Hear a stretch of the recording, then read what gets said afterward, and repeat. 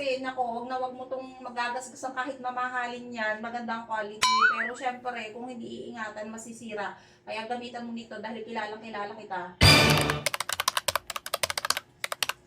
Denver.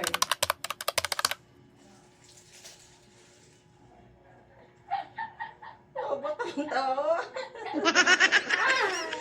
Wait. Charan! Thank you. Aww. Buksan nga natin. Ingatan mo yan ha. Bumili rin ako nitong pantakip. Wait lang. Papakita na ako.